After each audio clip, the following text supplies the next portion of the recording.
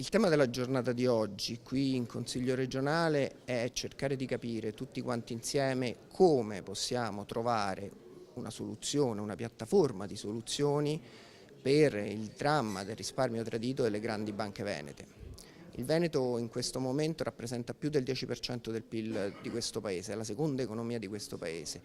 e diciamo così, questo depaupero delle risorse venete ci stava particolarmente a cuore come Confassociazioni e noi abbiamo fatto rete, abbiamo chiamato il governo, abbiamo chiamato le banche, abbiamo chiamato le associazioni dei risparmiatori, degli azionisti e tutte le associazioni di consumatori che sono nostre amiche. L'obiettivo della giornata è quindi quello di iniziare un percorso che si svolgerà oggi come primo momento, ma poi che secondo noi deve avere ulteriori momenti sul territorio per trovare una soluzione da proporre a governo, banche e BCE. Il governo è pronto a intervenire con un finanziamento in conto capitale, sappiamo che abbiamo messo a disposizione 20 miliardi per Montepaschi, per le Venete, quindi da questo punto di vista stiamo contrattando con l'Europa gli ultimi accorgimenti. È importante che ci sia un rimborso ai risparmiatori più vessati perché questo crea fiducia, ma anche che il capitale veneto partecipi a questa operazione perché